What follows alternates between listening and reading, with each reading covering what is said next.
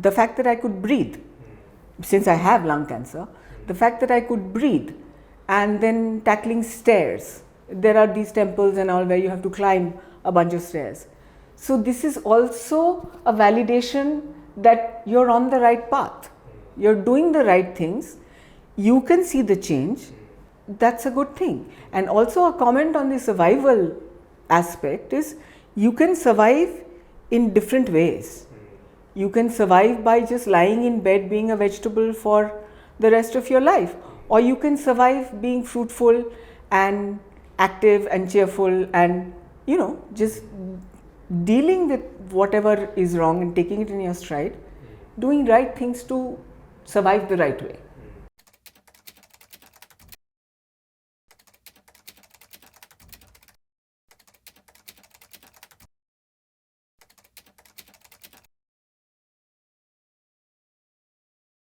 Welcome, Indrani and Shiva, and it's a pleasure to have you in this podcast today. The first question is where it all started, and how did you get diagnosed, and when did you get diagnosed with sarcoma, and when did you realize that, okay, I've been diagnosed with cancer?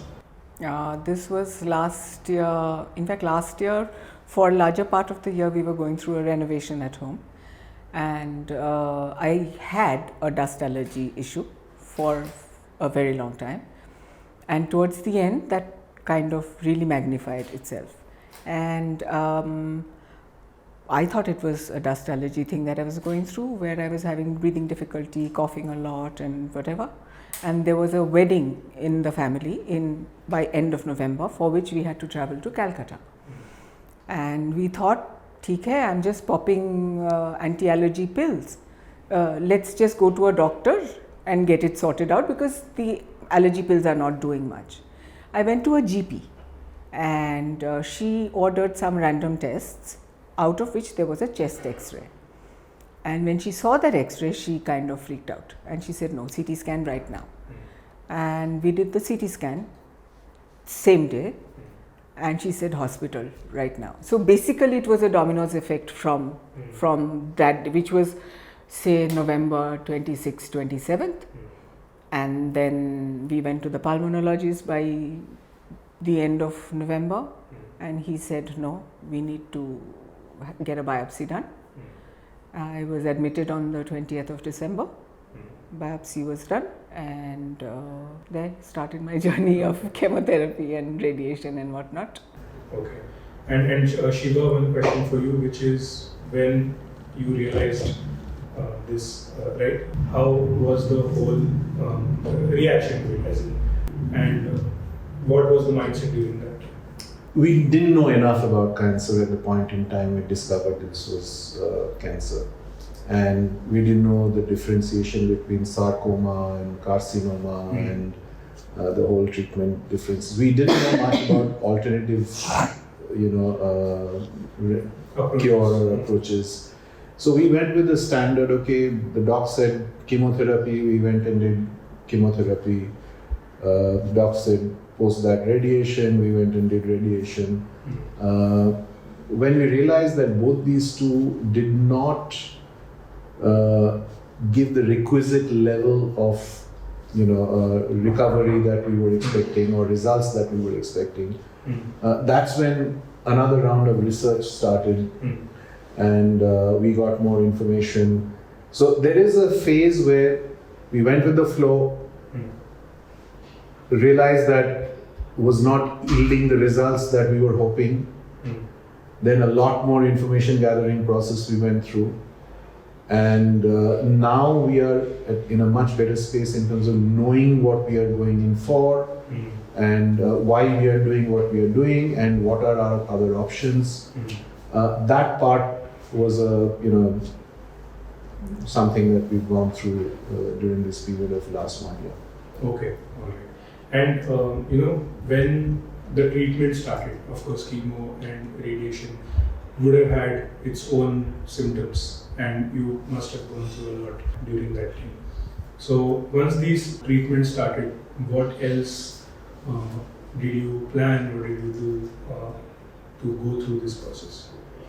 At the time, we didn't. We were just going through the motions of going through the treatment. My chemo was like every time it was 3 days of hospitalization, because one bottle of the drug would continue for 36 or 38 hours, and each day there were other drugs, other chemo drugs which were administered, which took about 4 hours or 6 hours each day.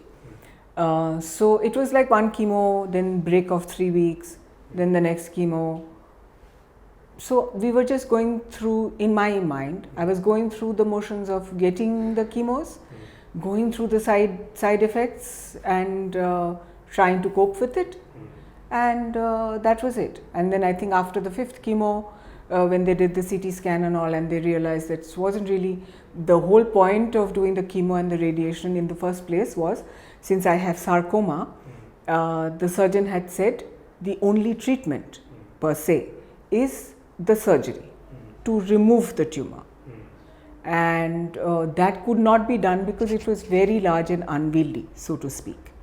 And so they were trying the chemo and the radiation in order to see if they could reduce the size and make it a little more easier on the surgery for them to be able to take it out. Since in 5 rounds of chemo that nothing happened except for necrosis of the cells, active cells, they said no, let's go for radiation. So I went for radiation, and I would say that after the chemo, once I started going for the radiation, I did feel a difference, in the sense I did feel a lot more energetic. My chemo was very drastic and quite harsh on me. So I was very weak and I had lost about 23 kgs. So it wasn't easy. Even walking around and doing regular normal stuff was also fairly challenging. During radiation, I started regaining a little bit of strength or stamina, so to speak. Yeah. So the first time when we connected on the call, I remember that I had a conversation with Shiva, and you were in the background because you had a lot of coughing. And I had counted that as well. There were 16 times that you had gone through the whole coughing experience, and today we can see. Yeah, that was just post-COVID. Just post-COVID. Yeah, I think I finished my radiation on the 28th of June, and then by 14th of July I got COVID. And from the first time I got COVID last year, 2021, that time I recovered quite fast. But this took its toll on me. For, I guess, general state of health, or not being at the peak immunity-wise. Immunity-wise, I was probably quite challenged, and therefore it took me a very long time to recover, more than 2 months. I was hospitalized, in fact, because the fever just wouldn't leave me. I would just get 103 plus fever every day. So they put me back in the hospital for 4 days and pumped me with all kinds of drugs. And the coughing still did not come under control. I still had the coughing. And then somehow, once I started on this journey of the nutrition, and just one fine day I said, I'm not coughing anymore.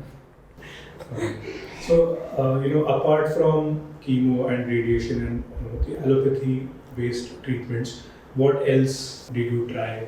And what else have you inculcated in your lifestyle? Before I started on the nutrition journey, I started the pranayams because I met somebody who put me on this yoga I couldn't do at that time. Correct. They are strong believers in yoga and pranayam, mostly pranayam though. But because physically I was not strong enough to do yoga at the time, he put me on to pranayam and omkara and the breathing sort of exercises, which I did very diligently 3-4 times a day. I would do that, and then once my cough started, I could not do the omkaras and stuff because I would just cough the entire time. And anulom vilom I still could manage sometimes, but it became a bit of a challenge. So that's what I started with, and then through the same gentleman I got introduced to Mr. Praveen. And straight away I think he put us on to you, and we had that chat, And within, I think, a week, 10 days, the whole plan kind of formalized and I started on it. Okay.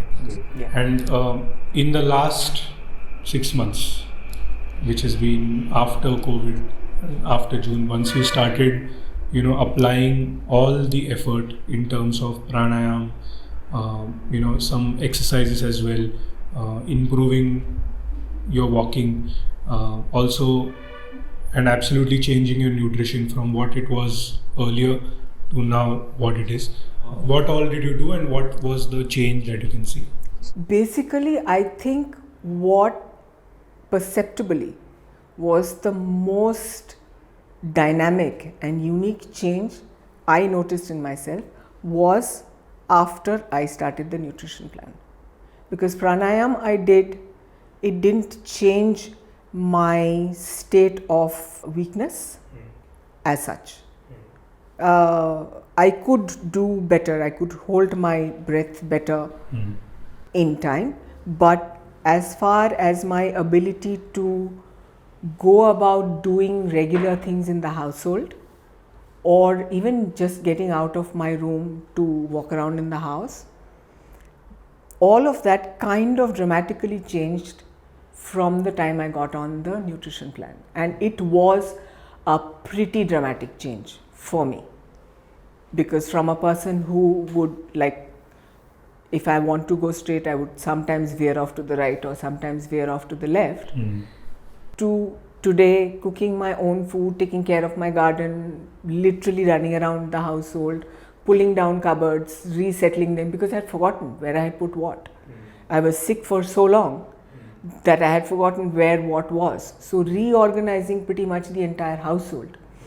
As I mentioned, we had renovated our house. Yeah. So we had just come and started putting stuff back when I got sick. And then they managed to put away stuff randomly here and there. So for me to kind of have the ability to literally go into every corner of the household, and that I achieved only through the nutrition plan. Yeah, so with nutrition, a lot of people know what to do, and everyone in general knows exercise is good for you, eating right or eating healthy is good for you. But when it actually comes to the application part, people fall short. And we have met and seen and talked to a lot of people who are going through cancer, who are battling cancer. And a couple of them were chain smokers in their early life. So they were like, okay, we can't smoke now, nor can we drink. This is the only happiness that is left in our life, which is food and eating junk. And wo bhi aap humse chhin rahe ho. And we see this, massive application in you, where you understood the nutrition, what is to be done, and then you applied. And because you applied, got the results that were the desirable results. So literally the whole, I would like to give you and your family the entire credit for applying and for actually taking that effort, to change. Talking about your family, how did everyone support you in this journey, and what went through in this journey? Yeah, this was in fact after a very long time that I have two daughters, and all four of us were under the same roof since we relocated back. Before that, one daughter was somewhere, another daughter was somewhere else. The two of us were in a whole different continent.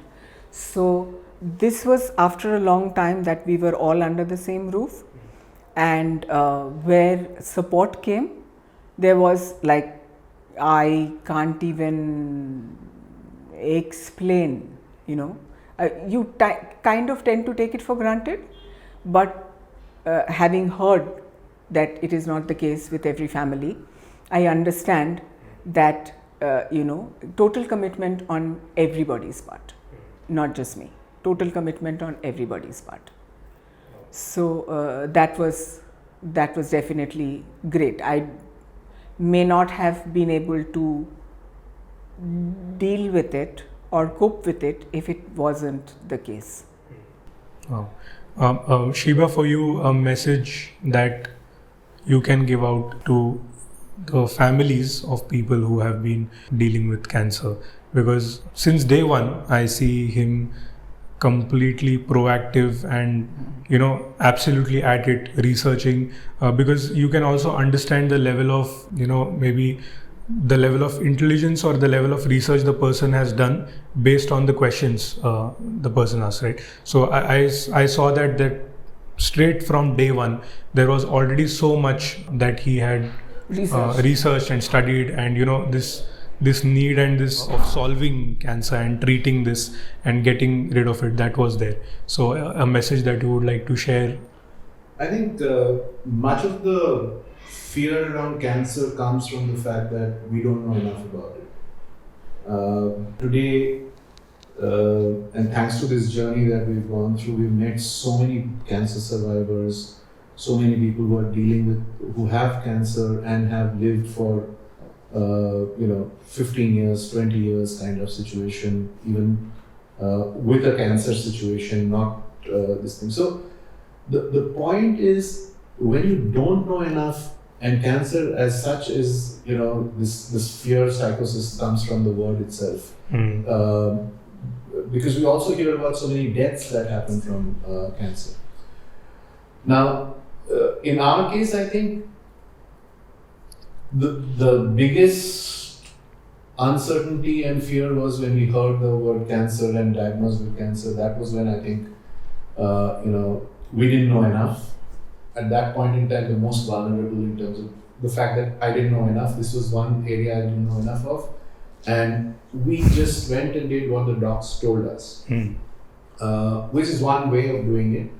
A lot of people have got enough results out of it, but the route that we followed with the doctors at that point in time didn't give us as much the kind of desirable results that we were expecting.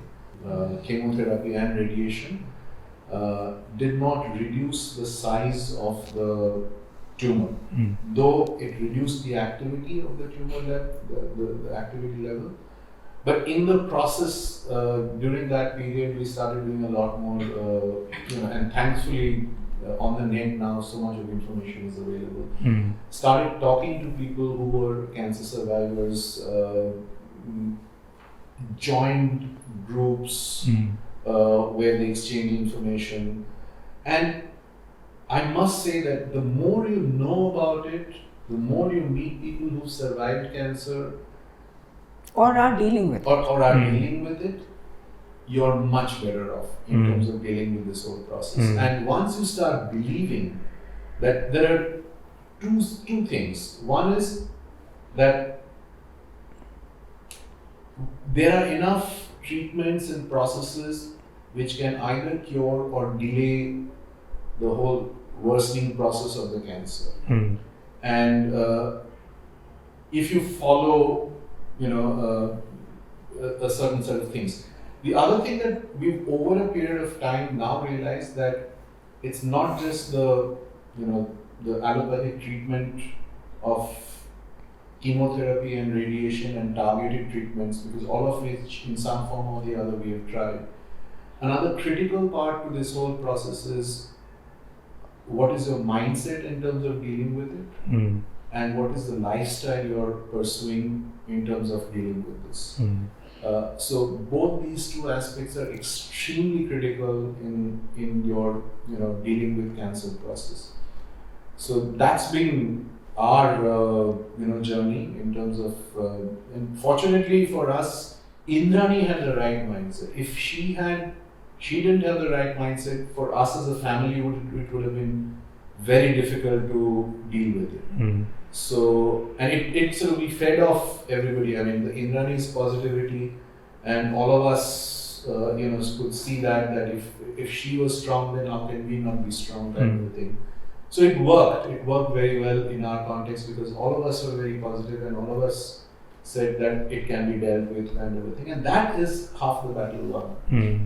So it went off very well for us till now, and we see significant improvement despite not yet.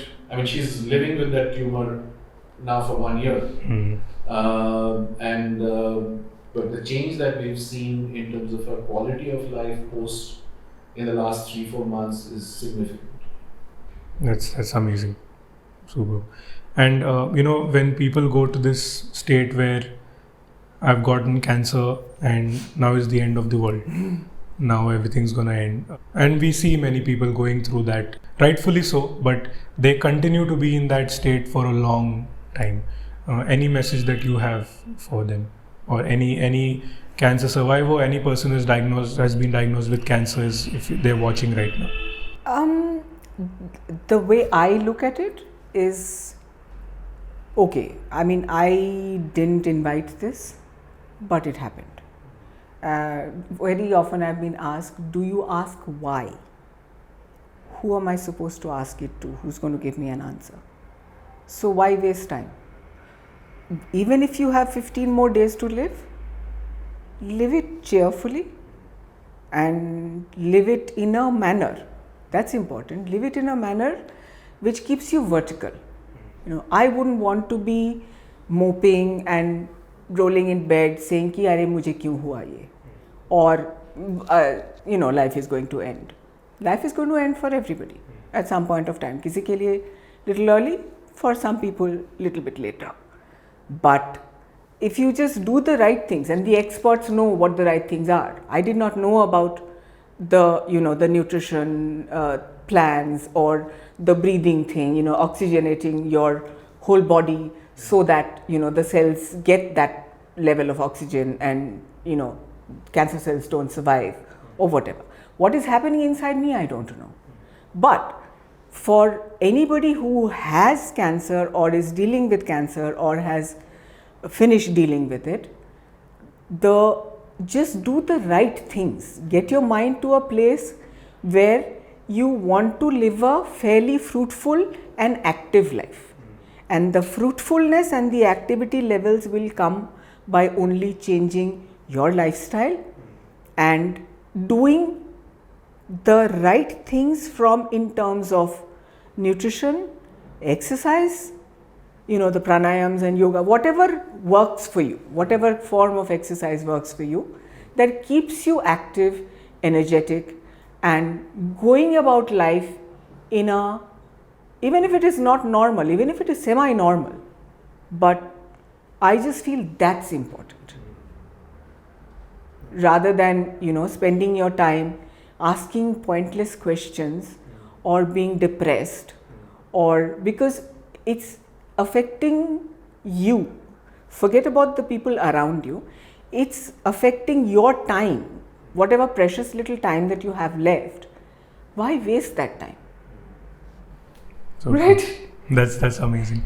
That actually not just applies to anyone dealing with cancer, but to life in general. Life in general, and that's a big learning, to be honest. So amazing. And I would like to congratulate you on actually completing your task of coming from Bangalore all the way driving down to Pune. And this is a very interesting analogy, which is you're either horizontal or vertical, and you want to be vertical, and you're actually, as we say, right, it is either about survival or then you can take it up to performance. This has been a great performance that you drove all the way from Bangalore to Pune. How long was this journey overall? We started on the 13th. Started on the 20th. Okay, wow. But we have you been stopping? Various places and spent 1 night, 2 nights, 3 nights, kind of a thing. So we not only did it give us breaks, but it also gave us opportunity to see those places that we nice. Nice. See. And like when you're, say, in a place like Chikmagalur, you're climbing hills. It's not like you're going on a trek for half an hour. But whatever, the fact that I could breathe, since I have lung cancer, the fact that I could breathe, and then tackling stairs. There are these temples and all where you have to climb a bunch of stairs. So this is also a validation that you're on the right path. You're doing the right things. You can see the change. That's a good thing. And also a comment on the survival aspect is you can survive in different ways. You can survive by just lying in bed being a vegetable for the rest of your life, or you can survive being fruitful and active and cheerful and just dealing with whatever is wrong and taking it in your stride, doing right things to survive the right way. So true. So from being a cancer survivor to being now a cancer survivor and a performer is what Absolutely. we can call. Yeah. Awesome. Yeah. Awesome. So wonderful, and thank you so much for being on this podcast and sharing this whole journey. And onwards and upwards from here. Yeah. Hoping for the best, and we will put in all the effort that's needed to. Because to I'm get- not yet a survivor. Yeah. I'm still on the journey. Yeah. So in the journey. I think that interesting part of this whole thing is probably realizing that you don't survive cancer for the rest of your life. It's a journey. You've just won one battle, and it's not all over. As I mean, there could be future battles that you'll have to fight also. So that journey, realizing it's a journey as opposed to you've dealt with it and it's over and done. No. It's a Probably. permanent change. Yeah, it's a permanent, it's a permanent lifestyle change. change. It's a permanent change. Permanent change. So true. You have to commit to that. And as you rightfully said, right, the mindset that we had in the first battle, let's say, we carry the same mindset in all the battles, then we end up winning the war. Absolutely. Right. So awesome. Great. Thank you so much. Our pleasure. Thank you so much. Thank you. All right. Thanks.